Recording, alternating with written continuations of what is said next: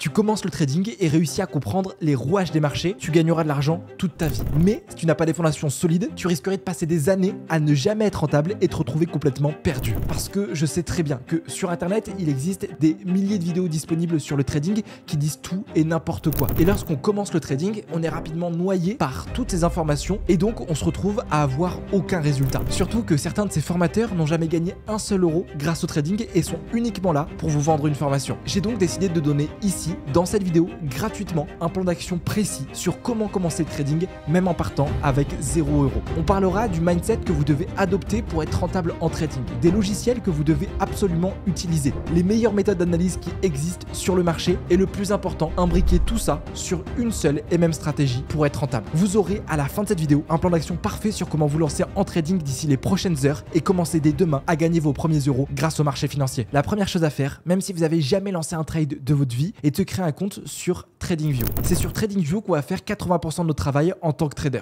Ça va être le site sur lequel on va pouvoir garder le cours de tous les actifs qu'on va trader, faire dessus des tracés, ajouter des indicateurs techniques pour savoir s'il vaut mieux acheter ou vendre. C'est ici qu'on va faire une véritable analyse technique que ensuite on transformera en gains sur le marché. Dites-vous, je parle à des centaines de traders qui ont tous gagné des dizaines de milliers d'euros sur le marché et quasiment tous ces traders utilisent TradingView pour faire leur analyse. C'est vraiment le meilleur site. Vous ne trouverez pas un site aussi facile d'utilisation avec autant de fonctionnalités et puis surtout, c'est un site qui est complètement gratuit. C'est-à-dire que vous pouvez vous ouvrir un compte, commencer à faire vos analyses techniques sans dépenser 1 euro. Alors évidemment, il y a des fonctionnalités qui sont payantes sur TradingView. Certains vous disent qu'il faut acheter ces fonctionnalités tout simplement parce qu'ils ont un lien d'affiliation en bas de la vidéo. Mais lorsque vous commencez le trading, ça ne sert à rien de payer quoi que ce soit. Et les stratégies que je vais vous apprendre à la fin de cette vidéo ne nécessitent pas du tout d'avoir ces fonctionnalités payantes. Je vous dis ça parce que moi aussi, lorsque je me suis lancé en trading, j'avais très peu de capital à investir. Et vraiment, chaque euro que je plaçais était important et j'avais pas envie de le dépenser n'importe comment. Et j'ai quand même pu en arriver là où j'en suis aujourd'hui, gagner des milliers d'euros sur le marché, même en commençant avec un petit capital, tout le monde peut y arriver. La première chose à faire, ça va être de se créer un compte dessus. De mon côté, j'ai fait exprès de créer un compte qui est complètement vierge pour qu'on puisse le configurer ensemble de A à Z. Une fois que vous avez votre compte, vous allez ici dans Product et vous allez aller sur Supercharts. En trading, il faut savoir qu'on peut faire deux choses. On peut parier à la hausse comme parier à la baisse. Donc là, je suis sur le graphique de Apple et imaginons demain,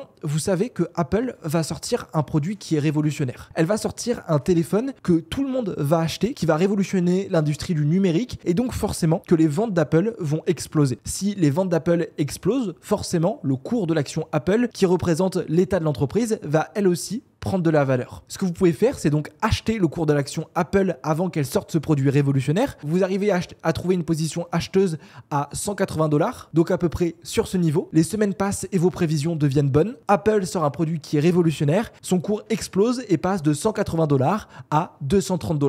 Là, si vous décidez de revendre votre action Apple, vous encaissez la différence. Ça, c'est faire du trading. C'est simplement acheter, vendre un actif, faire du commerce pour en tirer des profits. Maintenant, on peut aussi faire l'inverse. Imaginons que vous pensez que le Bitcoin, je vais mettre sur le cours, est un actif qui est beaucoup trop surévalué. C'est-à-dire que c'est une bulle spéculative et vous pensez que le Bitcoin va aller à zéro parce qu'il n'a aucune utilité. Au lieu de parier à la hausse, vous pouvez parier à la baisse sur le Bitcoin. C'est ce qu'on appelle vendre. Si vous décidez de rentrer sur un pari à la baisse et comme vous l'aviez prévu, le cours du Bitcoin va à zéro, eh bien, vous gagnez de l'argent sur cette opération. Et vous en faites pas, on n'a pas besoin de détenir l'actif pour trader dessus. On n'est pas obligé d'avoir du Bitcoin pour faire un pari dessus. On n'est pas obligé d'avoir l'action Apple dans notre portefeuille pour obligatoirement ouvrir un achat ou ouvrir une vente dessus. En fait, nous, on va juste faire un pari sans jamais détenir l'actif et vous en faites pas, c'est hyper facile. Je vous montrerai avec une application comment le faire en seulement quelques clics. Je pense que vous commencez à comprendre pourquoi le trading, c'est le meilleur business. Parce qu'on a juste besoin d'avoir nos graphiques, notre compte de trading pour faire de l'argent. Contrairement aux autres business, on n'a pas besoin d'ouvrir une société, on n'a pas besoin d'avoir de clients, on n'a pas besoin de faire du marketing, on n'a pas besoin d'avoir des processeurs de paiement. On a juste besoin de son graphique pour faire de l'argent. Si vous cliquez ici en haut à droite, vous allez avoir votre watchlist qui va apparaître. En fait, c'est tous les actifs que TradingView a automatiquement configurés qui sont rangés là pour nous faciliter nos prises de décision. On a juste à cliquer sur espace pour ensuite, vous voyez, switcher d'actif en actif. Il faut savoir qu'il y a plusieurs types d'actifs. Premier type d'actif que TradingView nous montre ici, c'est ce qu'on appelle les indices boursiers. Les indices boursiers, c'est quoi? C'est tout simplement un portefeuille de valeurs. Donc là, on est sur le S&P, c'est les 500 plus grosses entreprises aux États-Unis qui sont réunies sur un seul et même graphique. Personnellement, je trade très peu les actifs et je vais vous déconseiller de le faire parce que si vous voulez prendre des belles positions et faire vraiment de l'argent avec, il va vous falloir un gros capital. Donc moi, je vais venir supprimer cette partie. Ensuite, juste en bas, on a donc les stocks qui sont les actions. Ok, c'est toutes les entreprises que vous voyez autour de vous. La plupart du temps, elles sont cotées en bourse et ça, vous pouvez le trader. Donc là, on a Apple, là, on a Tesla, là, on a Netflix. En fait, tout ce que vous voyez, vraiment tout ce que vous utilisez peut être tradé. Pareil, c'est une classe d'actifs que je vous déconseille de trader. La plupart du temps, elle va nécessiter d'avoir un gros capital si on veut vraiment avoir de bonnes performances. Ensuite, on a les futures qui sont les matières premières. Vous allez pouvoir trader le pétrole, vous allez pouvoir trader l'or, vous allez pouvoir trader l'argent. Je vais laisser cette classe d'actifs parce que moi, j'aime énormément trader l'or. C'est un marché qui est extrêmement volatile et on peut prendre des positions qui peuvent nous rapporter gros. Mais sinon, la classe d'actifs que je vous invite à privilégier, c'est vraiment le marché du Forex. Le marché du Forex, c'est très simple, c'est le marché des paires de devises. Lorsque vous allez échanger une devise contre une autre. Lorsque vous partez en Angleterre, vous prenez votre avion de la France pour atterrir au Royaume-Uni et lorsque vous arrivez à l'aéroport, pour pouvoir payer votre hôtel, pour pouvoir payer votre nourriture, vous allez devoir échanger de l'euro contre du livre sterling. Cet échange, c'est un échange de devises et sans vous en rendre compte, vous faites une transaction sur le marché du Forex. Pareil, si vous décidez de partir aux États-Unis, vous échangez de l'euro contre du dollar. Euro, USD. Transaction sur le marché du Forex. Si vous partez au Japon, vous échangez de l'euro contre du yen qu'on appelle le JPY. Donc vous faites une transaction sur euro JPY. Nous les particuliers, on va vraiment faire peu de transactions sur ce marché, mais les grosses entreprises, les grosses banques et les gros fonds d'investissement pour pouvoir payer leurs entrepôts, pour pouvoir livrer à l'étranger, vont avoir besoin tout le temps de faire des transactions sur le marché du Forex à tel point qu'il y a plus de 7000 milliards de dollars qui sont échangés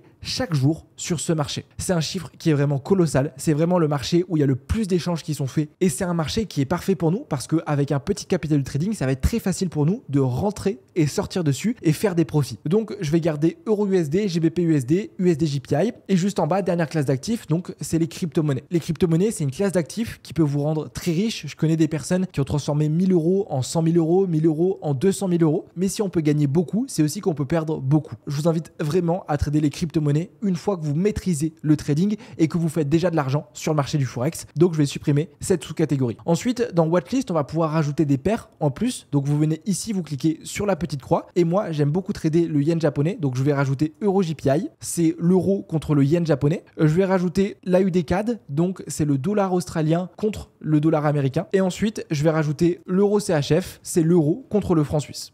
Ça, c'est les paires que je trade le plus sur le marché du Forex. Vous allez pouvoir aussi dessus ajouter un petit drapeau, comme je viens de le faire. Ce petit drapeau, moi, je vais souvent l'ajouter lorsque j'ai une position ouverte ou lorsque j'ai une future opportunité qui va se présenter sur cette paire. Juste attention, les amis, je préfère vous prévenir. Sur TradingView, il y a vraiment des milliers de fonctionnalités. Si demain, vous voulez passer des heures à trouver toutes les fonctionnalités sur TradingView, vous pouvez le faire. Mais c'est pas essentiel et moi, alors que je gagne des milliers d'euros sur le marché, je me sers pas de toutes les fonctionnalités de TradingView. Je vais vous présenter uniquement celles qui sont utiles et celles que j'utilise personnellement tous les jours sur le marché. Les autres, je vous invite à ne pas vous en servir, elles ne servent à rien. Sur la bande du haut, on va retrouver ici notre profil. On va ici retrouver dans la petite loupe un moyen de chercher d'autres actifs. Donc là, je suis sur le cours de EURUSD, mais si je veux basculer sur le cours du livre sterling contre le dollar, j'ai juste à chercher GBPUSD, cliquer dessus et je vais pouvoir changer le cours du graphique. Ensuite, juste à droite, j'ai mon intervalle de temps. Donc là, je suis en one day, c'est-à-dire que chaque bougie que je vois égale un jour. Cette bougie égale un jour. Cette bougie égale un jour. Bref, vous avez compris, chaque bougie égale un jour. Si vous cliquez dessus, vous allez pouvoir du coup voir d'autres intervalles de temps. Moi, je vais vous inviter à mettre en favori le 5 minutes. Donc vous avez juste ici à droite sur la petite étoile, le 15 minutes, le 1 heure, le 4 heures, le 1 jour, le 1 mois et ça suffit. Donc là, vous avez vu, si je joue avec mes time frames, le marché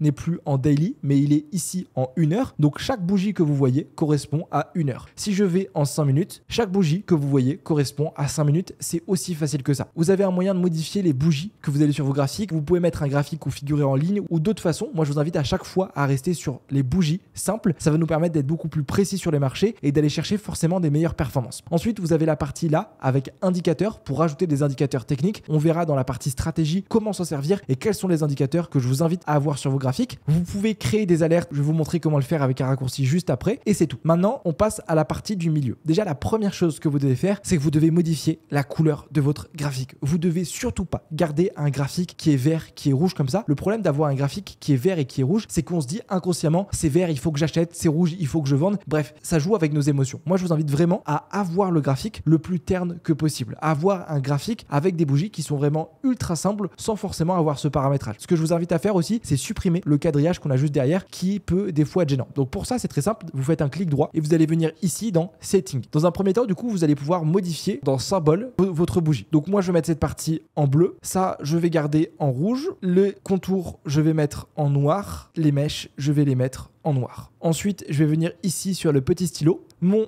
fond, je vais le mettre solide et je vais mettre du blanc.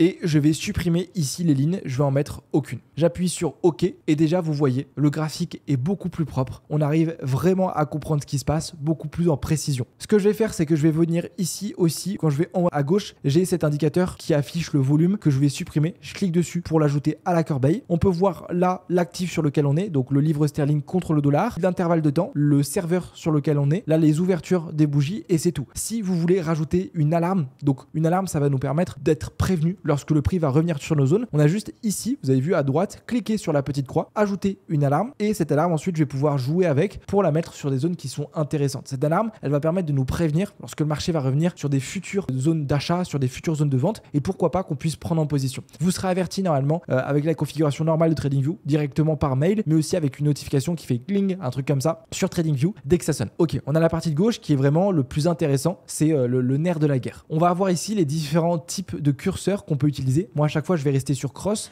Vous avez ici une gomme pour venir effacer différentes choses. Vous avez donc ici dans ligne, premièrement, la droite de tendance. Déjà, on peut aussi cliquer sur la petite étoile pour l'ajouter en favori. En l'ajoutant en favori, en fait, on va avoir ici cette petite barre qui vont apparaître, qui va nous permettre en fait directement d'aller sélectionner l'outil sans à chaque fois avoir besoin de cliquer ici, cliquer là. Bref, ça va nous permettre d'être beaucoup plus rapide. Cette ligne, donc, elle va nous permettre de tracer des droites et simplement mettre en évidence certains niveaux. Vous avez vu, par exemple, je peux mettre en évidence ce niveau. Si je clique dessus, je vais pouvoir faire plusieurs choses. Je vais pouvoir modifier la couleur. Si vous voulez la passer en noir, vous cliquez sur noir et ça suffit. Vous allez pouvoir modifier la taille de cette ligne. Vous pouvez mettre en 4 pixels, 3 pixels, etc. en fonction de son importance. Plus elle représente un niveau qui est important, plus forcément le pixel doit être gros. Vous pouvez modifier à quoi elle ressemble, donc si vous voulez des pointillés ou pas, moi je le fais jamais. Et ensuite, dans configuration, là ça va être intéressant. Vous allez pouvoir venir sur texte et vous allez pouvoir écrire des choses à l'intérieur. Ok, moi je vous invite à écrire en noir et je vais mettre en gras. Par exemple, si c'est une zone sur laquelle le prix est revenu plusieurs fois ou si vous pensez que par exemple le marché va revenir dessus, vous pouvez écrire résistance. Automatiquement, vous avez vu ici, ce sera marqué sur votre trait. À la fin de la vidéo, je vous montrerai différentes stratégies de trading que vous pouvez utiliser, mais pour vous faciliter la tâche, pour à chaque fois éviter que vous tapiez résistance et que vous perdiez peut-être 30 secondes, 1 minute à le faire, je vous invite dès que vous avez des zones clés que vous avez identifiées avec votre stratégie de trading à faire sauvegarder sous et ici mettre un nom de modèle. Ok, donc là par exemple, je vais mettre résistance. Comme ça, le prochain trait que je vais tracer, lorsque je cliquerai dessus, je vais pouvoir aller ici sur les 3 petits points,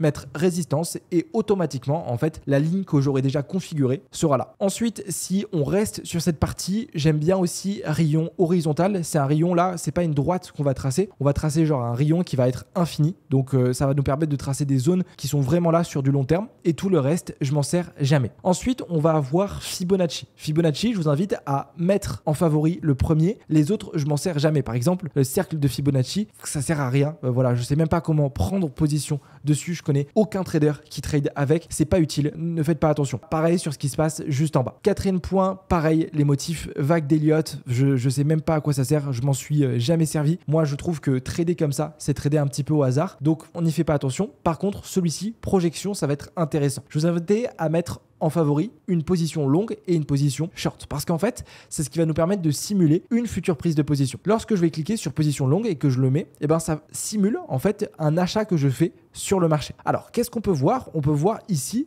le carré rouge. Le carré rouge représente lorsque mon trade est en perte et la fin du carré rouge correspond à mon stop loss. Mon stop loss, c'est une limite de perte qu'on doit mettre obligatoirement lorsqu'on ouvre un trade. Le trading, c'est des probabilités. Des fois, ça nous arrive de faire une analyse qui est mauvaise, de par exemple acheter un actif et finalement l'actif descend parce qu'on a été mauvais ou parce qu'on n'avait pas pris quelque chose en compte. Si jamais l'actif descend et que vous n'aviez pas configuré de stop loss, vous pouvez vous retrouver à perdre tout votre capital tout ce que vous avez investi et il faut surtout pas. Donc à chaque fois, on doit mettre un stop loss qu'on va représenter avec ce carré rouge. Lorsque notre stop loss est touché, alors automatiquement, notre position va être perdante et notre ordre sera fermé en perte. Le stop loss, il ne faut pas voir ça comme quelque chose de négatif. Au contraire, c'est ce qui nous permet de protéger notre capital et de ne jamais risquer 100% de ce qu'on a investi. Et ensuite, en vert, ce que vous voyez, c'est votre take profit. C'est-à-dire que c'est l'inverse du stop loss, c'est votre objectif sur la prise de position. Donc là, par exemple, je simule un achat sur euro-dollar avec comme objectif les 1 pour 12 0,71 et comme stop loss les 1.11 777. Si jamais le trade part dans le bon sens et va chercher mon take profit, je serai gagnant. Si par contre mon analyse était fausse et qu'on va chercher mon stop loss, je perdrai de l'argent sur cette position. Ça, c'est pour simuler un achat lorsqu'on parie à la hausse. Pour simuler une vente, donc lorsqu'on parie à la baisse, ça se passe comme ça. Notre stop loss du coup est pas en bas, mais notre stop loss est en haut parce que si le prix monte alors qu'on a parié à la baisse, on sera perdant. Le take profit, on va le mettre en bas. Si le cours monte, va chercher notre stop loss, on sera perdant. Si le cours descend et va chercher notre take profit, on sera gagnant. C'est aussi simple que ça. On revient dans projection, on va aller sur intervalle de prix, on va mettre ça en favori, je vous montrerai à quoi ça va servir, ça va être hyper utile juste après. Ici, on va avoir plusieurs outils. Moi, j'aime bien prendre le pinceau, ça va nous permettre de mettre des flèches, de faire des tracés et de rentrer plus en détail sur nos graphiques. Je vais mettre aussi la flèche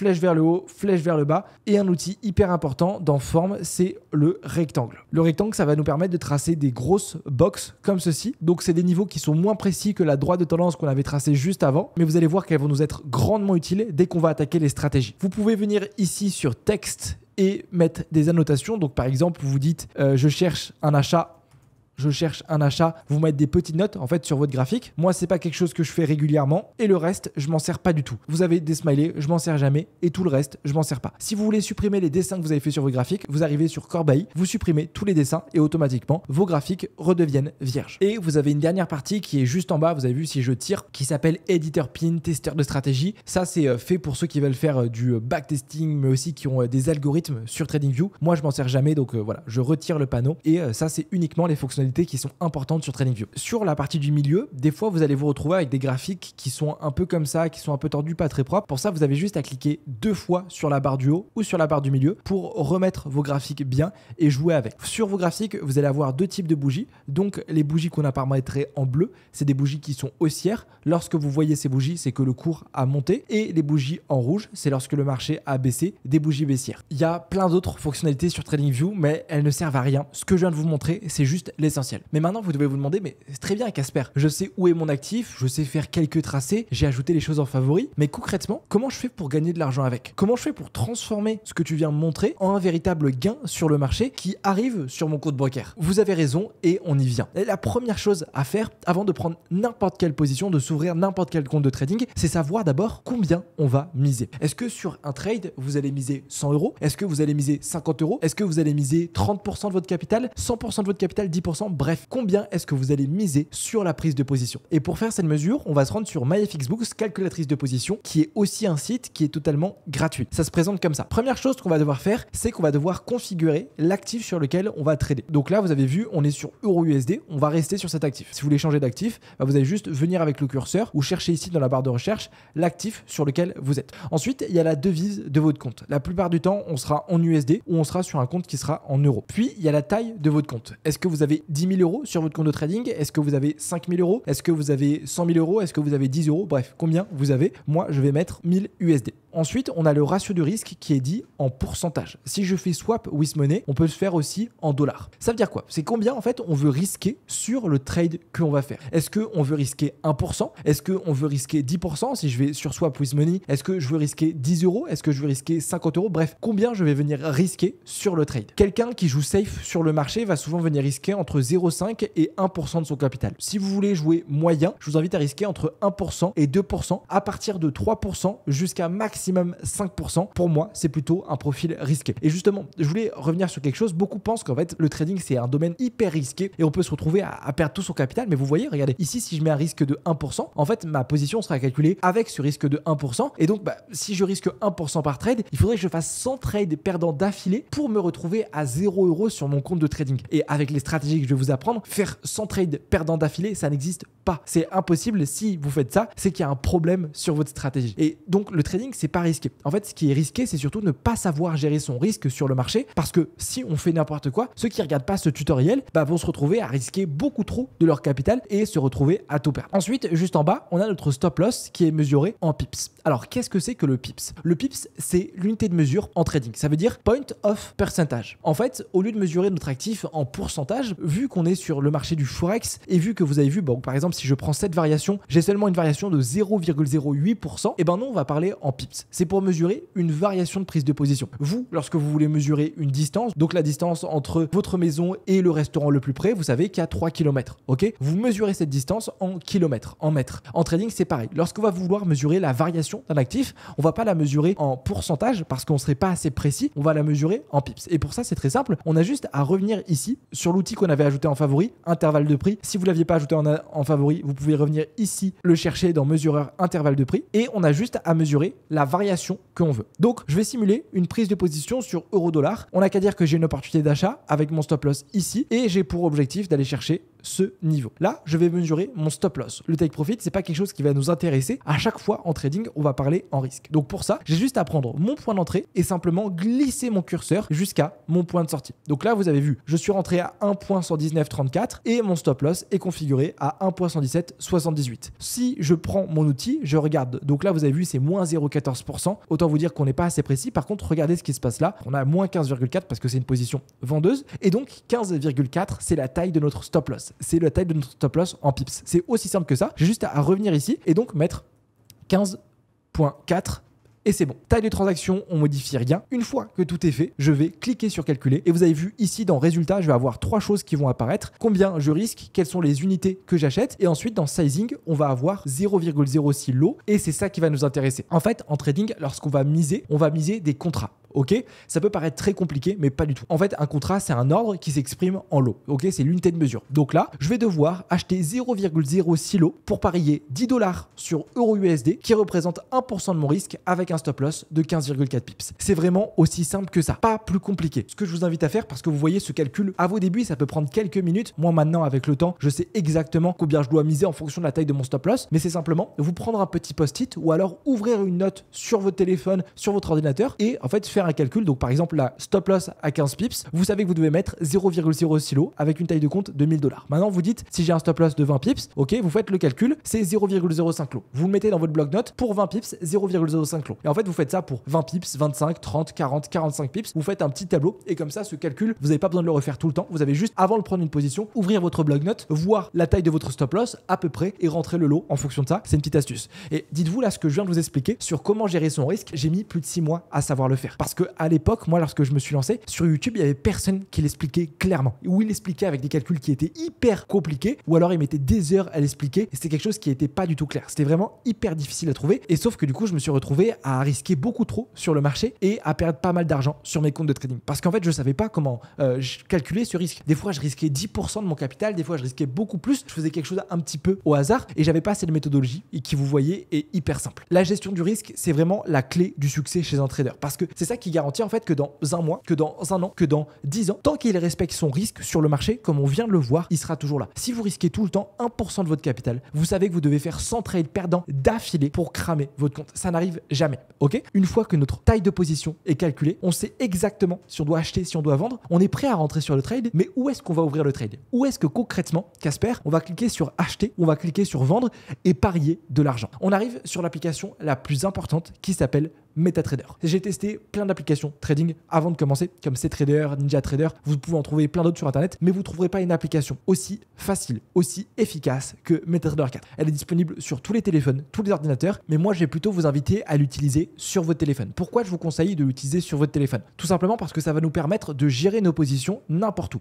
Imaginons, je dis n'importe quoi, mais moi, je prends un trade sur euro-USD sur mon ordinateur. Sauf que j'ai un rendez-vous. Ok, donc je dois partir, je dois sortir de chez moi et j'ai mon trade qui tourne encore. Le marché se retourne et je me rends compte que j'ai pas configurer mon stop loss. Je me rends compte que je suis en train de perdre mon capital sur cette prise de position. Je vais devoir attendre de rentrer chez moi, de réallumer mon ordinateur, de réallumer MetaTrader 4 pour pouvoir gérer mon trade. Alors que si on a tout sur notre téléphone, n'importe où, vous allez voir, en seulement un clic, on va pouvoir gérer nos trades, que l'on soit sur notre ordinateur, que l'on soit au travail, que l'on soit en rendez-vous, de n'importe où, on va pouvoir manager nos positions. Vous allez donc retrouver MT4, MT5, c'est gratuit sur vos ordinateurs, sur tous vos téléphones. Vous avez donc MetaTrader 4 et MetaTrader 5. C'est quoi la différence? C'est juste que MetaTrader 4, c'est une version plus ancienne de MT5. MT5, c'est juste une mise à jour de MT4 où il y a un peu plus de fonctionnalités. Mais si vous savez utiliser MT4, vous saurez utiliser MT5, il n'y a aucun souci. Ok, donc je la télécharge et puis je vais pouvoir ouvrir mon application. La première chose à faire, c'est donc se connecter sur un broker. Vous pouvez aussi ouvrir un compte gratuit, je vous montre juste après. Le broker, c'est quoi? En fait, ça va être l'intermédiaire entre vous et le marché, et il a un rôle qui est crucial. En fait, il faut savoir que nous, on est tellement des petits poissons sur le marché, on pèse seulement quelques milliers d'euros, voire quelques dizaines de milliers d'euros, qu'on ne peut pas appeler la bourse et dire je vais acheter euro-USD, passer un coup de fil comme vous le voyez dans les films. À chaque fois, on va devoir passer par un intermédiaire qu'on appelle le broker. Lorsque vous allez ouvrir un ordre, le broker va recevoir l'ordre, mais il va aussi recevoir l'ordre de vous et de tous les clients qu'il a, et ensuite, il va le transférer sur le marché. Ce broker, il est obligatoire, mais aussi ce qui nous permet de pouvoir ouvrir des positions n'importe quand dans la journée sans forcément avoir besoin de faire des grosses manipulations. Et enfin, c'est ce qui nous permet aussi de prendre position sur le marché sans avoir trop de frais. Parce que vous doutez bien que le broker n'est pas bénévole. En fait, le broker, il va se rémunérer sur le spread. Le spread, c'est quoi? La définition en anglais, c'est l'écart. En fait, c'est l'écart entre le prix sur lequel vous allez acheter l'actif et le prix sur lequel il va vous vendre l'actif. Imaginons que vous voulez ouvrir une position acheteuse sur un actif, on n'a qu'à dire Apple. Actuellement, l'action Apple coûte $100. Vous achetez l'action Apple à $100, vous la voyez sur TradingView à $100, vous dites OK, j'achète l'action Apple. Le broker, au lieu de vous déclencher à $100, il va vous déclencher à 100,10 $.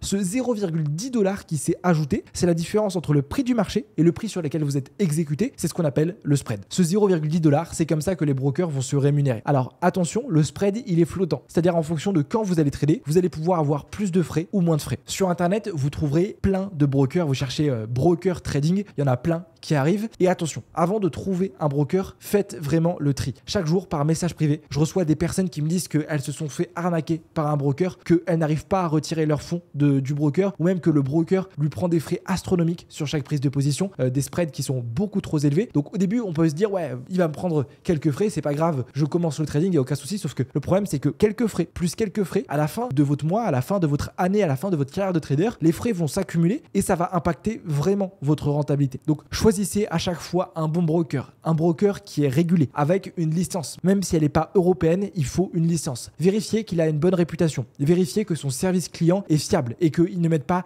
des jours à vous répondre. Faites attention aussi aux brokers qui ont des marketing beaucoup trop agressifs. Pensez à bien regarder les frais que vous prenne le broker et vérifiez surtout qu'il n'y ait pas de frais cachés, qui soient sur les retraits ou sur vos prises de position. Et une fois que vous avez fait ce travail, on n'est jamais mieux servi que par soi-même. Commencez par déposer un petit montant dessus. Vérifiez si vous arrivez à correctement le retirer sans trop délai. Et si c'est le cas, déposez plus d'argent. Si vous voulez savoir le broker que j'utilise sur mes comptes de trading, vous avez un premier lien qui s'affiche juste en bas où vous allez pouvoir m'envoyer un message directement sur Telegram. Au début, lorsque vous commencez, vous pouvez gratuitement vous ouvrir un compte démonstration dessus. Donc avec de l'argent qui est fictif, l'argent que vous allez gagner dessus, vous ne pourrez pas le retirer, mais l'argent qui vous est déposé, c'est aussi pas votre argent. Ok, c'est juste un compte démonstration. Ça va être parfait pour s'entraîner à prendre des positions et pour tester sa stratégie trading. Donc vous venez ici dans New Accounts, vous allez sur MetaQuotes et vous avez vu juste là-haut Demo Account. Vous allez cliquer dessus et automatiquement vous allez pouvoir rentrer vos informations. Donc votre nom, votre prénom, votre numéro de téléphone, votre adresse email. Je vous invite à bien mettre votre adresse email parce qu'en fait ils vont vous envoyer par mail votre mot de passe et aussi votre moyen de vous connecter si jamais vous perdez cela. Ensuite vous allez pouvoir choisir le serveur, le type de compte. Donc est-ce que vous voulez un compte qui est en euros, est-ce que vous voulez un compte qui est en dollars, en yens japonais, etc. Je vais vous inviter à rester en euros ou en USD. Le levier sur son compte de trading, restez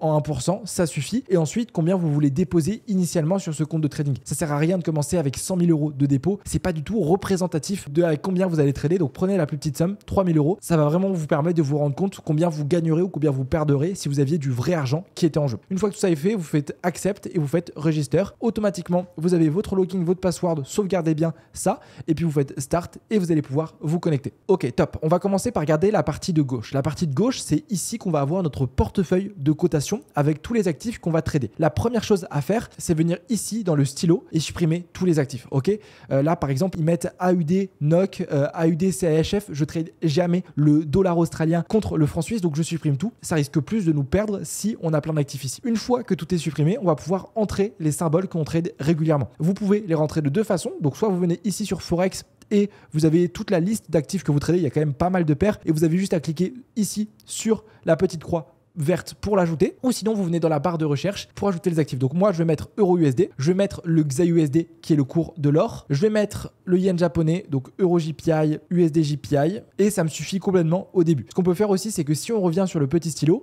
on va pouvoir jouer avec et les classer. Moi je vous invite à mettre la paire que vous tradez le plus au début et la paire que vous tradez le moins à la fin. Donc je vais mettre XAUSD en haut, ensuite EURUSD, EURGBP, et c'est parfait pour moi. Moi, je préférais cliquer sur ces trois petits points pour avoir quelque chose qui est présenté comme ça. Donc, on va pouvoir voir ici à gauche la paire sur laquelle on est, le bid et le ask, donc tout simplement le prix sur lequel on peut acheter l'actif et le prix sur lequel on peut vendre l'actif, la variation au jour et ensuite le spread. Le spread, c'est ce que je vous disais, c'est la commission que le broker prend. Donc là, j'ai 14 sur le XAUSD, ça représente 1,4 pips. C'est-à-dire que j'ai 1,4 pips de commission qui seront prises lorsque je vais vouloir rentrer en position. Et vous avez vu, c'est un spread qui est flottant. Il varie tout le temps en fait en fonction des conditions de marché et des fois vous allez voir qu'il va être beaucoup plus élevé ou des fois beaucoup plus faible. La plupart du temps, le spread est élevé sur les sessions de nuit et le spread est très faible sur les sessions de jour, notamment entre 15h et 16h heure française. Parce qu'en fait, c'est ici que tous les Européens vont se positionner, mais aussi que tous les Américains vont se positionner. Vu qu'il y a beaucoup de gens qui vont entrer sur le marché, et ben forcément, plus de liquidité et les frais sont plus petits. Lorsqu'on va cliquer sur un actif, on va avoir plusieurs choses. On va avoir Trade, Chart, Detail, Statistics, Deft on Market et Delete. Ok, moi, je me sers que de Chart et de Trade. Premièrement, si je clique sur Chart, en fait, on bascule directement sur la deuxième partie qu'on peut voir de notre MT5. On va pouvoir ici, en haut à gauche, jouer avec nos intervalles de temps. Donc si par exemple, je veux aller sur du 1 heure, une bougie égale 1 heure, je peux avoir le cours de mon graphique. Je vais pouvoir ici, avec ce petit outil, regarder plus en détail le prix. Je vais pouvoir ajouter des indicateurs techniques. C'est pas quelque chose que je vais vous inviter à faire des tracés. Donc si vous voulez par exemple dessiner un rectangle sur MT5, vous pouvez le faire. En haut à droite, ça va nous permettre de rentrer sur un trade rapidement et c'est tout.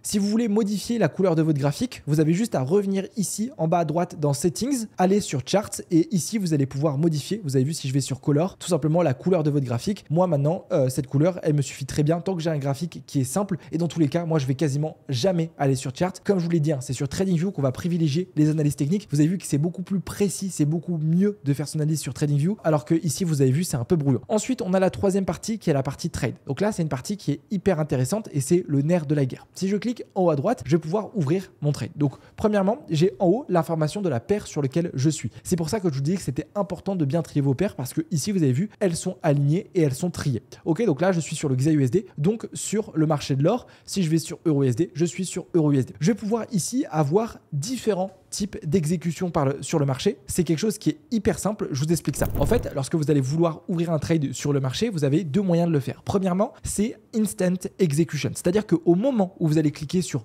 Buy, au moment où vous allez cliquer sur Sell, directement, vous êtes dans le trade. C'est parti, votre argent est en jeu. Donc, ça se représente comme ça. Là, par exemple, vous pensez que maintenant, EURUSD va monter. Vous positionnez un achat, Take Profit, Stop Loss, etc. Et vous êtes dans le trade. Ok, du moment où vous avez cliqué sur Buy ou sur Sell, vous êtes en prise de position. Que vous soyez acheteur ou que vous soyez vendeur. Ensuite, il y a les ordres qu'on appelle les ordres limites. C'est que, en fait, vous savez que le marché va réagir sur un autre niveau, pas celui-ci, et vous dites, bah, si jamais le marché revient sur ce niveau, je vais pouvoir prendre position. Donc, ce qu'on appelle un buy limit, c'est par exemple, vous avez identifié ici une future zone sur laquelle le prix pourrait réagir, et vous dites, en fait, à MT4, ok, moi, je rentre pas maintenant en achat. Par contre, si jamais EURUSD revient sur les 1.1805, j'ouvrirai un achat avec ce take profit et ce stop loss. Ça, c'est ce qu'on appelle un buy limit. Vous pouvez aussi faire l'inverse, ok? Donc là, vous dites, eh ben, pour le moment, j'ai envie de rien faire sur EURUSD. Par contre, si EURUSD revient sur ce niveau, là, pour le coup, je suis sûr qu'il va corriger et je vais pouvoir mettre un sell limit, ok? En fait, vous envoyez un ordre avant que le marché arrive dessus. À partir de ce moment-là, il y a deux scénarios. Soit le marché part sans vous, ok, et votre ordre n'est pas déclenché, vous allez voir qu'on va pouvoir le supprimer ensuite, soit le marché vient vous déclencher et votre take profit ou votre stop loss est touché. Donc ça, c'est ce qu'on appelle les ordres limites sur le marché. Maintenant, vous avez aussi les ordres stop. Donc là, vous dites, ok, là, sur EURUSD, j'ai ici un gros niveau qui peut être intéressant, mais pour le moment, je suis indécis sur le marché. Par contre, je sais que lorsque le prix va venir casser ce niveau, je sais qu'il va partir plus haut. Donc là, vous pouvez en fait ouvrir un achat, mais qui sera déclenché uniquement lorsque le marché arrivera dessus. La différence entre le buy stop et le buy limit, c'est que le buy limit c'est en bas du marché et le buy stop c'est en haut du marché. Pareil, deux scénarios, soit le prix revient dessus, vous déclenche et vous êtes dans le trade, soit alors le marché ne revient pas dessus et ne vient pas vous déclencher et c'est ciao. Sell stop c'est pareil, vous le positionnez pas en haut mais vous le positionnez en bas, vous dites ok, si jamais le marché corrige et va casser ce niveau, moi je sais que le cours va chuter, si le prix revient,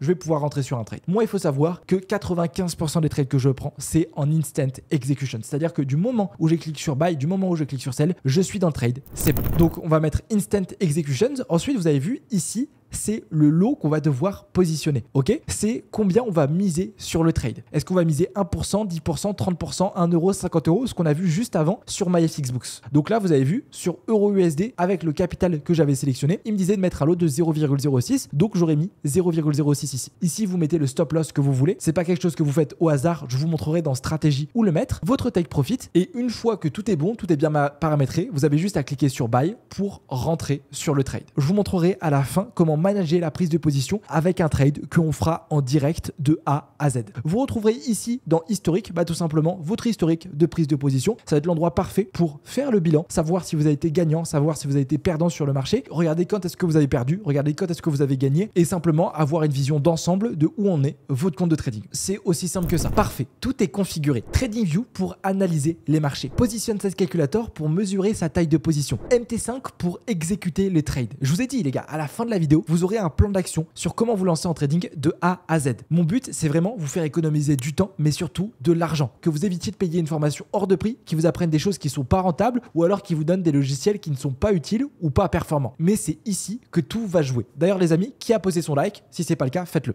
La principale question, en fait, c'est quand est-ce qu'on doit acheter, quand est-ce qu'on doit vendre? C'est ce qu'on appelle avoir une stratégie de trading. Qu'est-ce qui va nous permettre, en fait, de savoir si le prix va monter ou de savoir si le prix va descendre? Le trading, ne l'oublions pas, c'est uniquement des probabilités. Est-ce que ce trade a plus de chances de passer que celui-ci? Est-ce que celui-ci a moins de chances de passer que celui-ci? Combien je vais miser? Bref, c'est juste des stats. Et ça, énormément de traders le négligent. Si vous ne comprenez pas ces probabilités, vous avez beau avoir la meilleure stratégie de trading, vous serez perdant. Pour avoir une stratégie rentable, il faut avoir deux choses. Premièrement, avoir un bon win rate. Un win rate, c'est quoi? C'est tout simplement le taux de succès de votre stratégie. Par exemple, votre stratégie vous a permis de prendre toutes ces positions. C'est en fait sur 100 positions, combien vont être gagnantes et combien vont être perdantes. Si vous avez 50% de vos trades qui passent, donc sur 100 trades que vous faites, il y a seulement 50 trades qui passent, vous avez un win rate de 50%. Si vous avez 10 trades qui passent sur 100, vous avez un win rate de 10%. Ce win rate, il est important, mais c'est pas le seul critère pour avoir une stratégie rentable. Vous pouvez avoir un win rate de 80%, voire même de 99% et quand même vous retrouver perdant sur le marché. Et d'ailleurs, vous retrouverez dans le domaine du trading beaucoup d'arnaqueurs, beaucoup de personnes qui vous mentent et qui vous disent viens rejoindre mon groupe, viens prendre mes positions, j'ai 99% de win rate. J'ai sur 100 trades que je partage, 99 trades qui sont gagnants. Ou alors, viens rejoindre mon robot de trading, tu vas voir que 80% des trades que le robot lance, tu seras gagnant. En fait, ce win rate, il veut tout et rien dire. Pourquoi? Parce que imaginons que demain, quelqu'un vous dise qu'il a une stratégie avec un win rate de 99%, mais que finalement, ses trades ressemblent à ça. C'est-à-dire que lorsqu'il décide de rentrer sur un trade, il a un stop loss qui est colossal et derrière, il va chercher un tout petit take profit. Alors, c'est normal que le taux de succès en fait de ces trades soit très élevé parce que ça va être très facile pour lui de faire beaucoup de take profit. Par contre, au premier stop loss qu'il va faire, première fois que le stop loss sera touché, en plus de perdre tous les bénéfices que vous aurez fait, vous allez vous retrouver à perdre votre capital. Parce qu'en fait, son stop loss est 10 fois, 20 fois plus gros que la taille dans cette take profit. Donc, pour avoir une stratégie rentable, il faut avoir un win rate qui est bon, mais ici, il faut aussi avoir un risk reward qui est intéressant. C'est-à-dire combien vous venez risquer pour combien vous venez gagner sur chaque trade. Ce risk reward, il se calcule très facilement. En fait, vous avez juste ici à simuler votre prise de position et vous avez vu ici, j'ai ouverture, gain, perte, etc. Et j'ai le ratio risque-récompense qui est égal à 0,08. En fait, c'est combien vous risquez pour combien vous gagnez. Un risque reward de 1 pour 1, c'est vous venez risquer 10 euros pour gagner 1 euro et c'est quelque chose qui ressemble à ça. Ici, ratio risque-récompense, je suis à 1. Je viens risquer X pips pour gagner X pips. Si sur ce trade, vous risquez 10 euros, avec la calculatrice qu'on a vue, vous gagnerez 10 euros. Si sur ce trade, vous venez risquer 50 euros, vous gagnerez 50 euros. Si sur ce trade, vous risquez 1%, vous gagnerez 1%. Donc ça, c'est un risque reward de 1 pour 1. Un risque reward de 1 pour 2, c'est que vous gagnez 2 fois le risque que vous avez pris sur le marché. Si vous risquez 1%, vous gagnez 2%. Si vous risquez 100 euros, vous gagnez 200 euros. Et en fait, la plupart des gens qui vont vous parler, qui vont vous dire qu'ils ont des stratégies avec 99% de win rate, ils vont avoir des stop loss qui seront comme ça. C'est-à-dire que vous allez risquer 1% pour gagner 0,01%. Vous rigolez, mais je vous dis, il y a vraiment des gens qui vous proposent des trades avec ce genre de stop loss. Faites hyper attention avec ce genre de trade parce que vous risquez de tout perdre. Moi, ce que je vous invite à avoir, c'est minimum un risk-reward de 1 point. C'est vraiment le minimum, ne faites pas plus bas. Et en fait, avec ces deux composantes, donc le risk-reward que vous allez avoir sur chaque position et le win rate, vous allez pouvoir savoir si vous êtes rentable. Il y a ce tableau qui est simplement des mathématiques qui montrent en fonction du risk-reward que vous avez, si vous êtes profitable ou pas. Donc là, par exemple, vous voyez qu'avec 30% de win rate, donc sur 100 trades que vous faites, il n'y en a que 30 qui passent. Si vous avez un risque-rendement de 1 pour 3, donc à chaque fois vous risquez 1 euro pour gagner 3 euros, 1 euro pour gagner 3%, vous êtes profitable sur le marché. Si vous avez un win rate de 60% avec un risque-rendement de 1, donc vous venez risquer 1 euro pour gagner 1 euro, 1% pour gagner 1%, il vous faut 60% de win rate pour être profitable. Par contre, avec un risk-reward de 1 pour 1, vous avez un win rate de 20%, vous n'êtes pas profitable. Comprendre ces mathématiques, c'est hyper important pour être rentable en trading. Essayez de sortir de votre tête tous ces vendeurs de rêves qui vous disent qu'ils ont une stratégie avec 95% de win rate et réalisez qu'en fait, même si vous avez 20% de win rate, vous pouvez quand même être profitable sur le marché. Vous pouvez très bien faire 5 trades d'affilée qui sont perdants, puis ensuite juste faire un trade gagnant pour sortir de votre journée en profit. Si vous comprenez ça, c'est sûr que vous avez déjà un coup d'avance sur beaucoup de traders. Mais avant qu'on rentre dans le vif du sujet et qu'on étudie les différentes stratégies que vous allez pouvoir utiliser sur vos graphiques, il faut que vous compreniez l'erreur que va faire 99% des personnes lorsqu'elle va se lancer en trading et qu'elle va chercher une stratégie, sauf si elles ont regardé cette vidéo. Et d'ailleurs, l'erreur que je vais vous montrer, je l'ai moi-même fait à l'époque. En fait, lorsque vous allez apprendre une stratégie, il va se passer quelque chose comme ça. Au début, vous allez passer de quelqu'un qui ne connaît pas du tout la stratégie à maîtriser les différentes zones que vous avez apprises, à maîtriser les différents concepts et donc forcément, vous passez de complètement débutant à quelqu'un qui maîtrise et qui apprend beaucoup de choses en seulement quelques semaines. Forcément, votre confiance sur le marché va exploser parce que vous passez littéralement de quelqu'un qui n'y connaît rien du tout à quelqu'un qui comprend à 100% la stratégie. Attention, comprendre la stratégie ne veut pas dire être rentable avec. Et cette surconfiance, elle est normale. Il y a tout le monde qui l'a. Sauf que au bout d'un moment, vous allez arrêter de progresser parce que votre stratégie, vous l'avez déjà maîtrisée, vous n'avez plus qu'à la pratiquer et vous allez commencer à faire vos premières semaines avec. Au début, tout va bien se passer, vous allez être gagnant. Forcément, au moment où vous allez faire peut-être un mois en perte. Et on l'a vu, le trading, c'est juste des statistiques.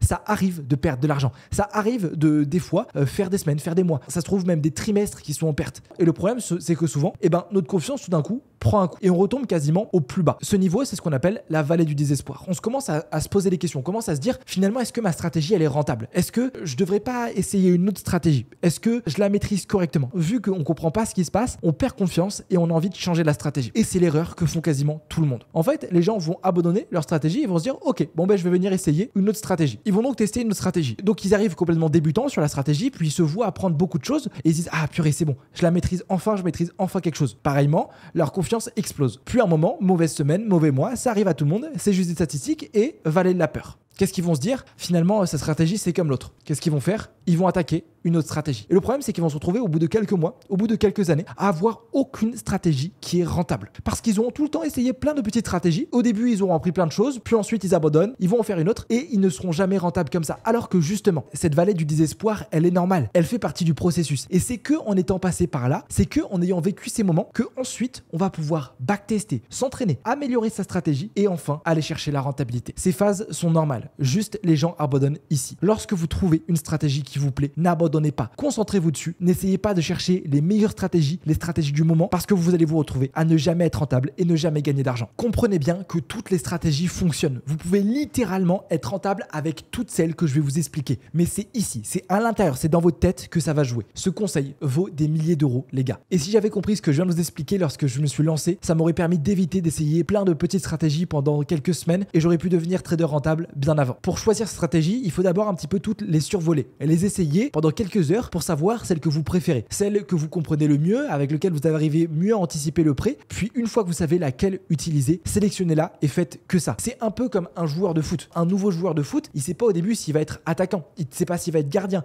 il sait pas s'il va être défenseur. Il va d'abord tester un petit peu tous les postes pour savoir dans quel poste il est le meilleur, dans quel poste il a les meilleurs résultats. Et une fois qu'il a choisi son poste, il reste sur ce poste et il ne bouge pas. Est-ce que vous avez déjà vu Mbappé aller en défenseur? Et jamais de la vie. Mbappé est attaquant, vous c'est pareil. Regardez toutes les stratégies, survolez toutes les stratégies. Une fois que vous avez trouvé votre stratégie, concentrez-vous dessus et ne faites que ça. On va donc commencer par voir les stratégies obligatoires à connaître qui peuvent vous permettre de gagner quelques centaines d'euros, aux stratégies que je trouve le plus rentables qui me permettent moi chaque mois de gagner des milliers d'euros. La première stratégie qu'on va voir, ça va être utiliser des indicateurs technique. Pour ajouter des indicateurs sur vos graphiques, vous avez juste besoin de venir ici dans indicateurs et comme vous pouvez voir, là, il y en a vraiment des centaines, des milliers. Moi, je vais vous inviter à utiliser seulement 2 indicateurs. Premier indicateur, c'est simplement moyenne mobile exponentielle. Vous cliquez dessus et vous pouvez l'ajouter. Ces moyennes mobiles, quand je les utilisais, j'étais plus sur des grosses time frames comme du 1 heure, du 4 heures ou du daily. Donc, je vais mettre sur du 4 heures. Une fois que vous avez ajouté votre moyenne mobile, vous avez vu, elle apparaît juste ici sur votre TradingView. Lorsque vous cliquez dans le petit rouage, vous allez pouvoir la paramétrer et le plus important, ça va être paramétrer la longueur. En fait, une moyenne mobile, c'est simplement un calcul qui est fait et qui prend la clôture des X dernières bougies et qui fait la moyenne. Donc là, par exemple, quand c'est longueur 9, TradingView va prendre la clôture des 9 dernières bougies en 4 heures et va faire la moyenne de ça. Moi, je vais vous conseiller avoir des moyennes mobiles de 100 et vous pouvez en rajouter une autre. On refait la même chose, moyenne mobile de 200. Lorsqu'on va sur nos graphiques, voici ce que ça donne. Et je pense que ça doit vous sauter aux yeux. En fait, ces moyennes mobiles vont servir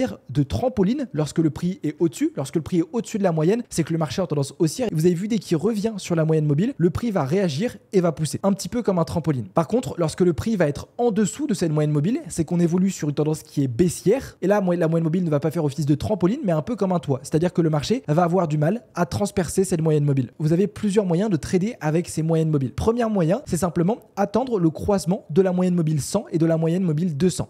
En fait, ce croisement qui est fait, que vous voyez juste ici, ça montre une accélération du prix. Vous avez vu, dès qu'on a eu ce croisement qui a été fait, ça montre que les deux moyennes ont été croisées et directement, le prix vient accélérer. Et là, dans ce cas-là, on aurait pu alors ouvrir une position acheteuse qui aurait été gagnante. Maintenant, moi, les moyennes mobiles, je préférais m'en servir sur les rebonds. Donc, attendre que le marché revienne sur ma moyenne mobile pour prendre un achat. Donc, par exemple, vous avez vu que ici, le prix revient sur cette moyenne mobile. Je rentre en achat, je mets un stop loss sécuritaire un petit peu plus en bas et je vais chercher minimum 2 en take profit. Vous avez vu, ratio risque-récompense 2. Le prix revient dessus, pousse et va chercher mon take profit. J'aurais pu de nouveau rentrer ici, vous avez vu, et là aussi, le trade aurait été gagnant. Ces moyennes mobiles, elles sont hyper puissantes parce qu'elles nous permettent de trader en tendance avec le momentum. Deuxième indicateur que j'aime bien, c'est le RSI. C'est tout simplement l'indice de force du marché. C'est quelque chose qui ressemble à ça. En fait, ce qu'on voit à 50, c'est lorsqu'il y a autant d'acheteurs que de vendeurs. Lorsque le prix va au-dessus des 70, c'est qu'il est en surachat. C'est qu'il y a beaucoup trop d'acheteurs sur le prix. Et on peut voir par exemple ici, vous avez vu, il y a eu beaucoup trop d'acheteurs sur ce niveau et directement après, le prix est descendu. Donc ça, c'est la zone de surachat et sous les 30, c'est la zone de survente. C'est-à-dire qu'il y a beaucoup trop de vendeurs. La plupart du temps, lorsque le prix va revenir dans la zone de survente, du coup, on va s'attendre à une réaction haussière. En fait, ce RSI va nous permettre surtout d'avoir un biais sur le marché. C'est quoi avoir un biais? C'est savoir si on doit plus privilégier les achats ou le vente. Si on voit le prix casser les 70, on privilégie les ventes. Si on voit le prix casser la barre des 30, on va plus privilégier les achats. Pour gagner plus d'argent, vous pouvez imbriquer le RSI aux moyennes mobiles pour combiner les deux. L'avantage des indicateurs techniques, c'est que c'est hyper simple à mettre en place. On peut même les automatiser avec des prises de position, mais le gros inconvénient, c'est que des fois, ça nous donne des faux signaux. C'est-à-dire qu'on a très peu de précision sur le marché parce que le temps que l'indicateur nous indique qu'il faut acheter ou qu'il faut vendre, des fois, il s'est passé quelques heures. Et donc, on se retrouve à rentrer sur le marché un petit peu en retard. Deuxième type de trading, c'est trader avec de la fondamentale. C'est-à-dire trader les actualités économiques ou les informations géopolitiques. En fait, tous les marchés sont interconnectés. Et la petite news qu'il peut y avoir aux informations peut avoir un réel impact pour la monnaie d'un pays ou alors pour n'importe quel actif. L'exemple très connu, c'est le XAUSD. Donc, le XAUSD, c'est le cours de l'or. L'or, en fait, est connu pour être une valeur refuge. C'est-à-dire que les investisseurs vont acheter de l'or lorsqu'il y a de l'indécision. Lorsqu'ils ne savent pas quoi acheter, ils vont se réfugier sur l'or. Ça, dites-vous, c'est le cours de l'or en monthly, c'est-à-dire qu'une bougie égale un mois. Et on peut voir qu'il a explosé. Pourquoi? Parce que vous savez très bien ce qui se passe en Russie avec la guerre qu'il y a. Vous savez très bien ce qui se passe aussi au Moyen-Orient. Et le fait qu'il y ait ce conflit, en fait, beaucoup d'investisseurs se posent la question, est-ce qu'il va y avoir une troisième guerre mondiale? Comment va se finir ce conflit? Et ça met de l'indécision. Vu que ça met de l'indécision, que vont faire les investisseurs? Se réfugier sur l'or. Et c'est pour ça que le cours a explosé. Là, dites-vous, on est à plus 60%, ce qui est juste colossal. Le conflit au Moyen-Orient a commencé juste ici. Vous avez vu qu'avec cette analyse, vous auriez donc pu acheter de l'or et gagner de l'argent. L'inverse, c'est par exemple aussi le yen japonais. Le yen japonais, c'est la monnaie du coup du Japon. Actuellement, le Japon fait un petit peu n'importe quoi avec sa politique monétaire parce que leur économie va pas très bien. Et donc ça, c'est le cours du yen japonais. Si vous saviez que le Japon faisait n'importe quoi avec son économie, vous auriez pu parier à la baisse. Et là, on est en monthly. Donc vous avez vu, hein, le yen japonais s'est complètement crashé depuis 2021. Il a perdu quasiment 30% de sa valeur. Pareil, là, vous auriez pu ouvrir des ventes pour gagner de l'argent dessus. Ce genre de données, vous pouvez les retrouver sur des journaux économiques, mais aussi sur des calendriers économiques. Vous avez un calendrier économique qui est très connu, qui s'appelle Investing Lorsque vous cliquez dessus, vous allez donc avoir ça. C'est un calendrier, comme vous connaissez, avec toutes les actualités économiques qui sont répertoriées en fonction de leur importance, de leur date, de la devise sur laquelle vous êtes, mais aussi à quoi correspond l'annonce économique. Vous avez vu, il y en a vraiment pas mal. Donc moi, je vous invite à venir ici sur filtre et sélectionner uniquement les annonces économiques qui sont importantes. Donc déjà, je vous invite à tout effacer ici dans les pays. Ce qui va nous intéresser, c'est uniquement les annonces économiques qui sont sur la zone européenne, ok, donc zone euro tout en bas, et les annonces économiques aux États-Unis. Parce qu'en réalité, l'annonce économique qu'on va avoir au Kenya, vu que le Kenya c'est un petit pays où il y a très peu de volumes qui sont échangés par rapport en Europe ou par rapport aux États-Unis, va avoir quasiment aucun impact sur nos actifs. Une fois que vous avez sélectionné ces pays, je vous invite ici à ne rien mettre, mais ensuite dans importance, mettre uniquement les annonces économiques très volatiles, donc qui sont 3 étoiles. Plus vous allez avoir d'étoiles, plus l'annonce économique est volatile. La volatilité, c'est plus on va s'attendre à un mouvement sur le prix. Et le fait d'avoir uniquement les 3 étoiles, ça va nous montrer uniquement les annonces économiques qui vont avoir un réel impact sur le marché, sur lequel on va avoir une réaction. Une fois que c'est fait, vous faites appliquer et vous allez du coup tomber sur le calendrier. Donc là, par exemple, moi aujourd'hui, je sais qu'à 16h, j'ai une vente au logement neuf aux États-Unis. C'est une annonce économique qui est 3 étoiles. Si je clique dessus, je vais pouvoir donc voir à quoi ça correspond. Donc là, c'est la vente des logements neufs qui ont été faits. Et du coup, c'est un indicateur qui montre si l'économie aux États-Unis vont bien. Forcément, je vais donc m'attendre à une réaction sur le dollar. Donc pourquoi pas prendre position sur l'euro USD ou le livre sterling USD. On a aussi des chiffres actuels, les prévisions que font les investisseurs et les chiffres précédents. En fonction du coup du chiffre qui va sortir, le prix va réagir et je vais pouvoir prendre position dessus. Alors moi, c'est quelque chose de trader les news que je fais jamais, voire je trade contre. C'est-à-dire que lorsque je vais avoir ce genre d'actualité économique, je vais faire exprès de ne pas trader avant pour attendre que la news soit sortie et que je puisse prendre position avec. En fait, ce genre de data économique, pour pouvoir les anticiper, pour pouvoir les comprendre, il faut déjà avoir une très grosse connaissance en géopolitique, en fondamental. Il faut se renseigner tous les jours sur les actualités, avoir une grosse connaissance économique. Et moi, c'est pas quelque chose qui me passionne et donc c'est pas quelque chose que je fais. Et en fait, même si on arrive à tirer une conclusion avec une analyse qu'on a fait, derrière, c'est hyper difficile de venir aller sur les graphiques et de prendre position pour venir placer un take profit et un stop loss. Donc par exemple, là, on va avoir l'annonce économique sur EURUSD qui va avoir lieu à 16h. Comment finalement prendre position dessus? Donc s'il y a plus de ventes qui ont été faites, finalement, comment prendre position dessus? Comment je vais pouvoir en profiter? Où est-ce que je vais placer mon TP et mon stop loss? Je trouve ça hyper difficile. Maintenant, il y a des traders qui font que ça et qui pourtant arrivent à gagner des milliers d'euros. À vous de voir. Troisième stratégie, c'est trader les supports et les résistances. Donc ça, c'est une stratégie qui va marcher pour toutes les intervalles de temps, que vous soyez sur du 5 minutes, du 15 minutes, du 1 heure, du 4 heures, voire plus. Et en fait, c'est repérer des niveaux qui sont supports ou qui sont résistants. Là, je suis sur EURUSD et vous avez vu, si je trace là mon rectangle, on peut voir que dès que le prix est revenu ici, ce niveau a fait office de support. Il n'a pas été cassé et il a supporté le prix. Vous pouvez en retrouver un autre juste là. Vous avez vu, le prix est revenu une fois, 2 fois, 3 fois, 4 fois dessus sans casser le niveau. Et l'inverse, donc, c'est une zone de résistance. C'est-à-dire qu'il n'a pas réussi à transpercer ce niveau comme un plafond. Il n'a pas réussi à le transpercer. Ça fait office de résistance. Lorsque le marché revient sur une résistance, on s'attend à une correction. Vous avez vu ici, j'ai tracé cette résistance. Il y a eu plusieurs touches et à chaque fois, sauf lorsqu'il a cassé ici, le prix a réagi. Pour qu'un support ou une résistance soit confirmé, vous devez minimum avoir 3 réactions. Donc là, vous avez vu, j'ai une réaction, 2 réactions, 3 réactions, 4 réactions.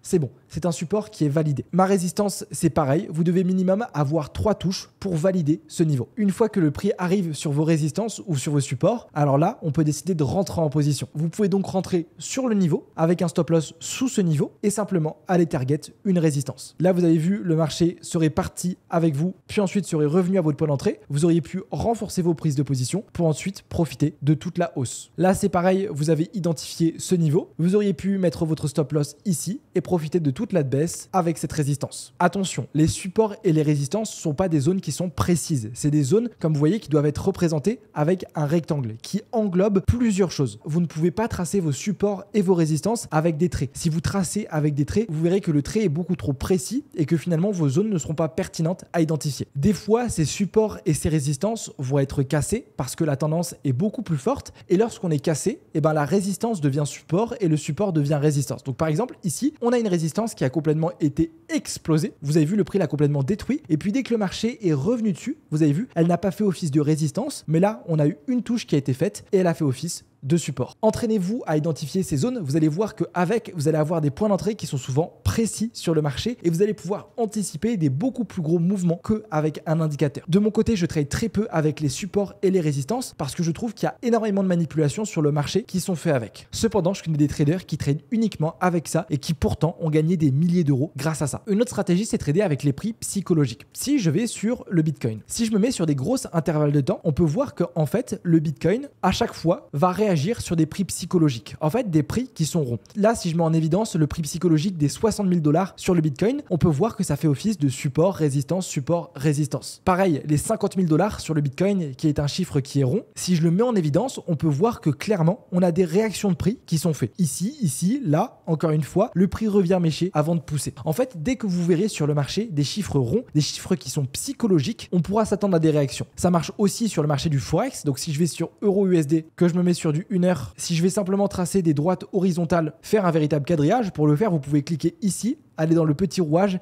et ici, vous pouvez mettre un prix. Donc là, par exemple, les 1.111, je sais que c'est un prix psychologique. Les 1.120 aussi, 1.0 aussi, les 1.11 aussi. En fait, tous les chiffres qui sont ronds. Et vous avez vu, lorsqu'on quadrille sur le marché, si ensuite je vais sur des plus petites intervalles de temps, on peut voir que le marché vient buter dessus et ça nous permet de rentrer en position. Donc par exemple, si j'étais acheteur, j'aurais pu rentrer sur les 1.11 de EURUSD qui est un gros prix psychologique, mettre un stop loss sous ce deuxième prix psychologique et aller target un autre prix. Je vous invite à le faire sur vos graphiques. Vous serez surpris et j'ai moi-même été surpris lorsque je l'ai fait la première fois de à quel point ça fonctionne et pourtant c'est extrêmement simple. Ça va fonctionner pour tous les actifs, que ce soit le Forex, le marché de l'or, les crypto-monnaies et surtout, je trouve que ça fonctionne énormément sur les actions. La dernière stratégie qu'on appelle la stratégie Smart Money, c'est simplement essayer de suivre les banques sur le marché. Le principal dans cette stratégie, c'est d'abord comprendre la tendance de notre actif. Lorsqu'on va avoir un actif qui évolue sur une tendance haussière, ça va ressembler à ça. Une tendance haussière, c'est un marché qui est caractérisé par des points hauts qui sont toujours plus hauts et des points bas qui sont toujours plus hauts. À chaque fois, pour la Smart Money, le marché va venir liquider l'ancien plus haut et venir ce qu'on appelle faire un BOS. Ce BOS nous montre que le marché va continuer la tendance et qu'on a toujours une puissance acheteuse. Et des fois, le marché va se retourner et va venir liquider le dernier plus bas qui avait créé ce plus haut. Et là, on n'appelle pas ça un BOS, mais on appelle ça un changement de structure, soit un choche. Ce choche nous montre que du coup, on repasse baissier et qu'il faut donc privilégier les achats ou les ventes. De nouveau ici, le marché repasse baissier et lorsqu'il est baissier, il va faire des points bas qui sont toujours plus bas, venant faire des BOS qui sont pas bullish, mais qui ici sont bearish. Un trader de SMC, c'est un trader qui va tout le temps trader en tendance, qui va d'abord identifier la tendance de l'actif pour savoir s'il doit privilégier les achats ou s'il doit privilégier les ventes. Donc à gauche, ici, on est sur une tendance haussière, on privilégiera les achats. Ici, tendance baissière, privilégiera les ventes. Si je vais sur mes graphiques, ça donne ça. Donc vous avez vu ici, on était d'abord sur un marché baissier qui nous faisait des points bas, qui étaient à chaque fois de plus en plus bas. Et puis tout d'un coup, le marché a fortement poussé et venant faire un choche parce qu'on vient liquider ce point bas qui avait créé ce plus haut. À partir de ce moment-là, on arrête de vouloir trouver des ventes, on trouve des achats. Maintenant, où est-ce qu'on va rentrer sur le trade? Cette tendance, elle va nous permettre d'avoir un biais. Et bien en fait, des fois, sur le marché, on va avoir un violent mouvement. Comme par exemple celui-ci. Quand je dis violent mouvement, c'est vraiment ce qui se passe ici et c'est pas par exemple ce qui se passe là où le prix est tout ratatiné. En fait, ce violent mouvement nous montre que c'est une grosse banque qui est rentrée sur le prix. Nous montre que c'est un gros intervenant qui est rentré sur le marché et qui a ouvert de grosses positions acheteuses. À tel point que en fait, là, on voit vraiment le momentum qu'il y a eu ici dans cette bougie. Il n'y a eu aucun vendeur qui s'est positionné. Et ça, ce momentum, au fait, c'est ce qu'on appelle de l'imbalance. C'est tout simplement, de manière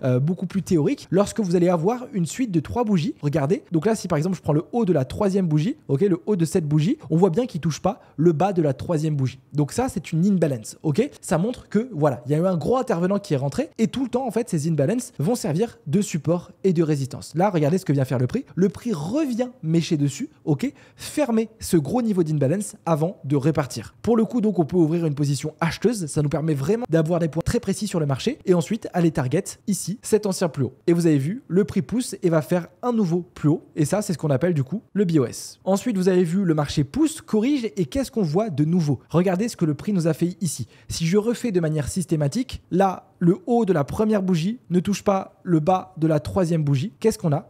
Une imbalance. Qu'est-ce que le prix fait? Le prix revient dessus, fermer ce gros niveau de déséquilibre. Nous, on aurait pu de nouveau trouver une position à l'achat et aller target un dernier plus haut. Et pareil, ça aurait été take profit explosé. Le fait de trader la smart money, c'est vouloir trader comme les banques. C'est essayer de suivre les gros poissons sur le marché. Essayer de comprendre où se positionnent les banques, quand est-ce qu'elles sont rentrées pour anticiper ces mouvements. Mais c'est aussi trader avec la tendance. Au lieu de lutter contre la tendance, avec les choches, avec les BOS, on va savoir qu'est-ce que le prix a envie de faire, surfer sur le mouvement déjà existant plutôt que lutter contre elle. Si vous voulez en savoir plus sur cette stratégie, c'est celle que j'applique tous les jours sur les marchés. Je vous invite à aller faire un tour sur ma chaîne YouTube, j'ai publié plein de vidéos dessus. Cette stratégie, elle est peut-être un petit peu plus difficile, elle demande peut-être un peu plus d'énergie parce qu'on a besoin au début de pas mal s'entraîner, mais surtout de comprendre plusieurs concepts. Mais une fois qu'on la maîtrise à 100%, je vous assure qu'on peut gagner beaucoup d'argent. Mais déjà, là, rien qu'avec ce que je viens de vous expliquer sur l'imbalance et sur les structures de marché, vous pouvez gagner sans aucun souci vos premiers centaines d'euros, voire vos premiers milliers d'euros avec. À la manière d'un joueur de foot, testez tous les postes, testez toutes les stratégies que je viens de vous expliquer, essayez de réaliser vos tracés, essayez de voir les réactions que vous voyez sur le prix, puis sélectionnez la stratégie que vous préférez ou vous pensez être le meilleur.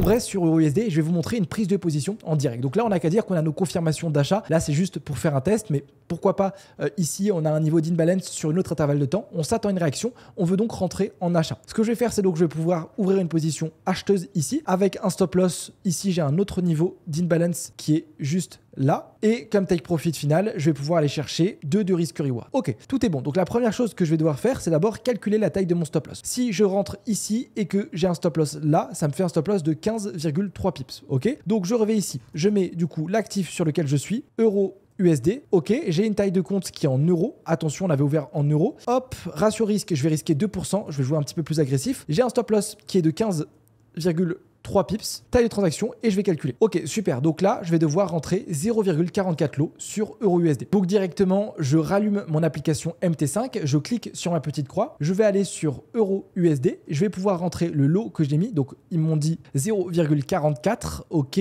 je vais pouvoir mettre le stop loss que j'ai configuré. Mon stop loss actuellement, il est à 111,1668 et ensuite comme take profit j'ai pour objectif d'aller chercher les 1.12129. Une fois que tout est paramétré, je revérifie, je clique sur buy. Ok, je suis actuellement dans le trade. Vous avez vu, on est tout le temps à chaque fois un petit peu en négatif. C'est en fait le broker qui prend son spread. Ok, c'est pour ça que tout le temps, dès que vous allez ouvrir un trade, on est tout le temps un petit peu en négatif. Là, je suis rentré, vous avez vu, il m'a fait rentrer à 136, donc il m'a fait rentrer juste là. Ok, il m'a fait rentrer quelques pips plus bas. Donc là, maintenant, on a juste à patienter que notre trade se clôture, soit qu'il aille chercher notre take profit, soit qu'il aille chercher notre stop loss. Une fois que j'ai ma position, ce que je peux faire ici, c'est en cliquant sur les 3 petits points, je vais pouvoir clôturer ma position. Si je veux la fermer manuellement parce que finalement le marché se retourne et c'est pas ce que je veux, je vais pouvoir modifier la position. Ici, je vais pouvoir modifier par exemple le stop loss, le take profit que j'ai mis. Si par exemple j'ai un changement de tendance ou si il y a quelque chose que j'avais pas pris en compte, ça va aussi nous permettre de faire un break-even. C'est quoi un break-even? En fait, si tout simplement EURUSD commence à partir, ok, et que je peux plus être disponible sur les écrans parce que j'ai un rendez-vous alors que je veux plus prendre de risques sur le marché, je vais pouvoir tout simplement déplacer le stop loss que j'ai mis à mon point d'entrée. Donc là, vous avez vu, je suis rentré à 1.10836, quelque chose comme ça. J'ai juste à modifier mon stop loss par mon point d'entrée. Comme ça, le prix est parti. Si jamais, scénario numéro 1, on va chercher mon take profit, tant mieux, j'encaisse. Par contre, si jamais le marché se retourne pendant que je ne suis pas présent ou que voilà, il a des chances de se retourner, on va juste chercher mon point d'entrée et donc je ne gagnerai pas d'argent et je ne perdrai pas d'argent sur le trade. En cliquant ici sur la petite flèche, vous allez aussi pouvoir modifier le lot que vous avez alors que vous avez votre position qui est en cours. Donc par exemple, là, j'ai 0,44 lots. Si je veux clôturer 50% de mon trade, ok, parce que j'ai envie de prendre mes profits ou parce que j'ai envie de réduire mon risque, et ben là, j'ai juste à faire 0,44, je divise par 2, donc ça fait 0,22. Si je clique sur 0,22, vous avez vu que je vais pouvoir ici prendre mes profits. Si je clique, j'accepte une perte de 1,50 €. Automatiquement, en cliquant, vous allez voir que le risque que j'ai pris sur le marché est parti. Maintenant, plus qu'à laisser le couler le trade pour voir si on va venir chercher mon take profit et mon stop loss. Et si par exemple, je vous mets sur un de mes comptes de trading, on va ensuite avoir dans position toute votre historique, tout ce que vous avez fait sur vos trades. Donc par exemple, moi, on peut voir que là, sur ce compte, j'avais déposé 83 000 $. J'ai fait un retrait de 50 000 $. J'avais pris mes profits, j'avais besoin d'avoir un petit peu de cash. En tout, en profit, j'ai fait 159 000 $. Ce compte, je l'ai depuis le début de l'année. Et en swap, donc les commissions, je l'ai pris 10 000 $ de commission. Ce qui fait un total de 180 $ sur une position. Vous retrouverez ici, en fait, tout votre bilan avec vos prises de position gagnantes et perdantes. Ça se passe sur la dernière partie, la partie historique. Avec cette vidéo, vous n'avez plus aucune excuse. Je viens de vous montrer, vous pouvez vous lancer en trading même avec 0 €. Prenez le temps de bien re-regarder chaque étape de la vidéo pour correctement configurer vos applications, comment correctement calculer votre taille de position. Et je suis persuadé que dans les prochains jours, vous allez voir vos résultats arriver et vos premiers trades gagnants aussi. Si d'ailleurs vous voulez avoir accès à tous mes trades, mes stratégies, mais aussi mes résultats, je vous invite à faire votre demande sur le premier lien qui se situe en description. Félicitations à vous d'avoir regardé cette vidéo jusqu'à la fin. Et puis on se dit rendez-vous à bientôt pour une prochaine vidéo. C'était Casper. Ciao.